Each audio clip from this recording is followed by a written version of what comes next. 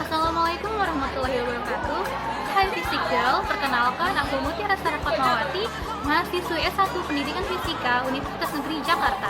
Kali ini aku sedang berada di sekolah SMA Negeri 20 Kota Bekasi. Di sini aku akan mencari tahu bagaimana pembelajaran fisika di laboratorium itu terlaksana di sekolah ini. Oke, selamat sore Miss. Selamat sore. Oke, mungkin boleh perkenalan dulu Miss, siapa namanya? Jadi aku nih penasaran gimana pelaksanaan pembelajaran fisika di laboratorium atau praktikum di SMA Negeri 20 ini tentang fisika nih. Nah, untuk yang di perencanaan itu yang pertama gimana Miss memutuskan topik atau materi fisika ini yang harus dibuat menjadi praktikum gitu. Miss boleh diberikan contohnya nggak kira-kira? Ya, misalkan nih, kebetulan Miss Sita ngajar kelas 10 tentang energi terbarukan. Nah, jadi kebetulan ya ini apa adanya aja di SMA Negeri 20 itu keterbatasan sarana prasarana di laboratorium. Jadi Miss Sita minta kreativitas dari peserta didik untuk membuat alat sesuai dengan pengelompokan mereka. Kayak energi terbarukan nih, mereka bisa membuat apa aja. Jadi itu dari beberapa energi terbarukan dia bikin kreasinya sendiri. Dia memanfaatkan alat dari mereka sendiri. Berarti kayak semacam handmade ya Miss ya? Betul. Oke. Lalu yang kedua, kira-kira apa aja sih persiapan yang dilakukan sebelum praktikum? Kayak misal mungkin dari Miss itu nyiapin LKPD kah atau alat bahannya seperti apa atau praktikum keselamatan kerjanya gitu Ya, pastinya Miss Sita kan lihat dulu tuh tujuan pembelajarannya apa. Terus dari tujuan pembelajaran apa yang mau dicapai pada pertemuan saat itu. Terus Miss Sita bikin LKPD-nya. Di LKPD-nya itu udah lengkap dengan langkah-langkah cara kerjanya. Misalkan apa aja nih yang harus mereka lakukan pada saat itu.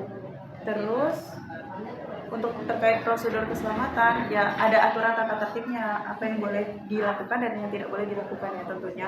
Alat bahan apa aja yang bisa dipakai dan tidak boleh digunakan. Apalagi terkait energi terbarukan yang tadi ya. Oke. Pengorganisasian atau pada pelaksanaan praktikumnya, pengaturan pembagian kelompoknya apakah diacak atau kayak Miss tuh baginya, oh ini yang udah ngerti banget nih sama materi ini, yang ini belum ngerti terus dijadiin satu atau gimana Miss? Nah, biasanya tuh Miss Sita di awal-awal pembelajaran itu ada asesmen diagnostik untuk awal-awal, iya. Jadi ntar Miss Sita kelompokin mana anak-anak yang bisa dijadiin ketua tim untuk pimpin teman-teman yang lain. Jadi yang nggak paham banget bisa dibimbing sama temannya, kayak teman sejawat belajar sama teman sejawatnya gitu. Tukar sebaya ya Miss? Tukar sebaya lebih paham biasanya sama temannya. Terus ntar kalau nggak ngerti baru dari Miss Sita gitu. Jadi pembagian kelompoknya selalu ada sih. Oke, berarti melewati sesi Asesmen dulu. diagnostik. Ya, diagnostik. Oke.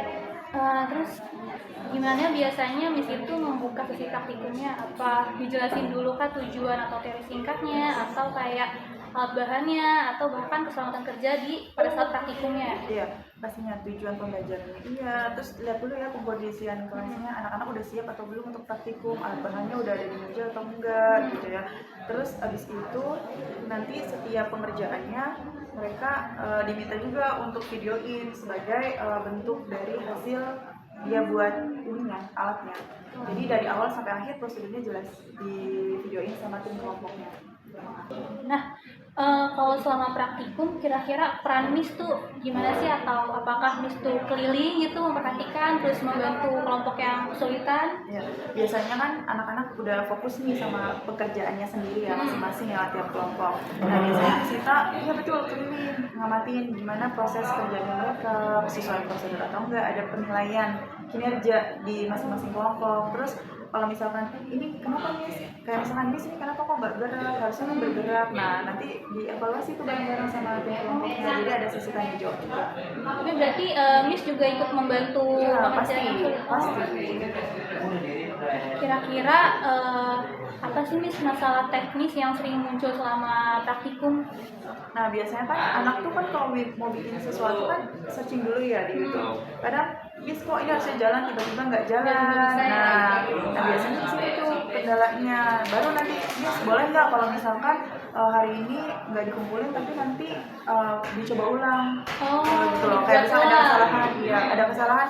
Oh Miss ternyata ininya terlalu panjang atau terlalu pendek gitu misalkan. Terus ntar dianalisa sama dia. Oh Miss ternyata kabelnya kayak gini gitu. Jadi ntar kalau dicoba ulang dia bisa gitu. Oke. Lalu selanjutnya nih Miss, gimana strategi dari Miss Nita ini untuk memastikan kalau semua alat baran itu tuh yang dibutuhkan itu bisa tersedia dengan baik oleh siswanya sebelum praktikum? Jadi sebelum praktikum itu biasanya tiap kelompok ngajuin dia mau bikin apa dulu. Jadi ada konsultasi dulu. Nih saya mau bikin energi terbarukan tentang misalkan pembangkit listrik tenaga angin, misalkan kayak bikin mobil-mobilan tapi pakai angin atau pakai itu apa namanya panel surya. Panel Dia, surya. terus kayak mobil nih bisa pakai sinar matahari gitu. Jadinya ada nggak ketersediaan alatnya, semuanya aman, mereka bisa pakai dengan mudah didapetin gitu, bisa nyari di Shopee atau mereka punya alat-alat yang udah nggak dipakai, kayak misalkan kincir angin ya dari botol-botol tutup Botol bekas ya. terus mereka bikin baling-baling. Nah, kalau selama praktikum itu kira-kira apa sih Miss masalah teknis yang sering muncul gitu? Nah, terus dari masalah itu gimana sih Miss cara nanganinnya? Nah biasanya kan anak kalau bikin alat kan sebelumnya kan nyari referensi di YouTube ya.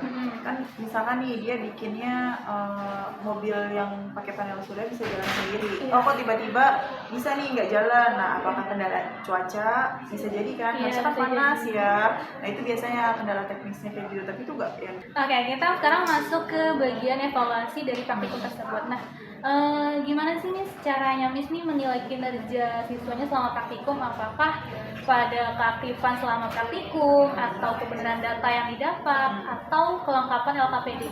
Kalau selama praktikum itu udah pastinya kita keliling ya, keliling suka tanya, jawab random aja sesuai dengan yang mereka buat. Terus ketika mereka bisa jawab, berarti kan mereka aktif ya selama proses pembelajaran. Nah itu jadi penilaian tersendiri. Terkait kebenaran data kan berarti selama proses mereka praktikum berarti kan mengambil data ya terkait kebenaran atau tidak, berhasil atau tidaknya itu nanti dari kinerja alatnya. Kalau untuk kelengkapan LKPD-nya berarti nanti sesuai sama yang sudah Miss Nita buat, apakah peserta didik dapat menjawab semua soal yang Miss Nita berikan dan sesuai dengan kinerja yang mereka lakukan, berarti dia cukup menguasai materinya gitu. Oke. Nah, kira-kira setelah praktikum tuh ada sesi diskusi gitu nggak sih Miss? Ya, kayak pasti. apa menganalisis atau kayak ini salahnya tuh di mana ya? Ya pasti. Jadi setiap selesai praktikum kan setiap peserta didik, setiap kelompok pasti akan memberikan itu kan presentasi dari produknya. Nah nanti dari itu ada tanya jawab. Nah itu dievaluasi, ternyata oh seperti ini ya. Jadi sharing ilmu yang juga mereka buat gitu. Nah, terus Miss kira-kira apa sih tantangan terberat yang dihadapi selama praktikum ini terkait mungkin waktu, fasilitas atau karakter tiap siswa? Kebetulan sekolah di tempat Miss Nita ngajar itu kan masih numpang di sekolah lainnya, masih proses pembangunan. Jadi kendalanya itu ya waktunya sangat terbatas sekali karena terbagi jadi 2 sesi, ada sesi pagi, ada sesi siang. Jadi untuk praktikum sebenarnya benar-benar curi-curi waktu sih untuk ngelakuin praktikum ini. Terkait fasilitas ya tadi mengandalkan kreativitas dari guru sama peserta didik buat gimana caranya nih materi ini kita bisa lakuin dengan praktik gitu. Oke. Nah, terakhir nih Miss, kira-kira apa pesan Miss untuk siswa nih tentang pentingnya belajar sains melalui tangan mereka sendiri dengan praktikum? Pas banget. Jadi mereka itu nggak cuma sekedar tahu rumus, tapi mereka tahu cara aplikasi di kehidupan sehari-hari. Jadi mereka itu ya. Jadi di kehidupannya tahu oh ternyata fisika itu penting banget ya buat kehidupan kita seperti itu sih. Nah, di sini aku punya PPT mengenai perencanaan pelaksanaan pembelajaran dalam laboratorium, Miss. Kira-kira gimana sih komentarnya mengenai PPT yang aku buat ini? Untuk PPT yang Sarah buat sudah terlihat bagus karena menampilkan hanya poin-poin yang mudah dimengerti. Lalu studi kasus yang dipilih juga sudah sesuai dengan judul PPT yang sudah dibuat oleh Sarah.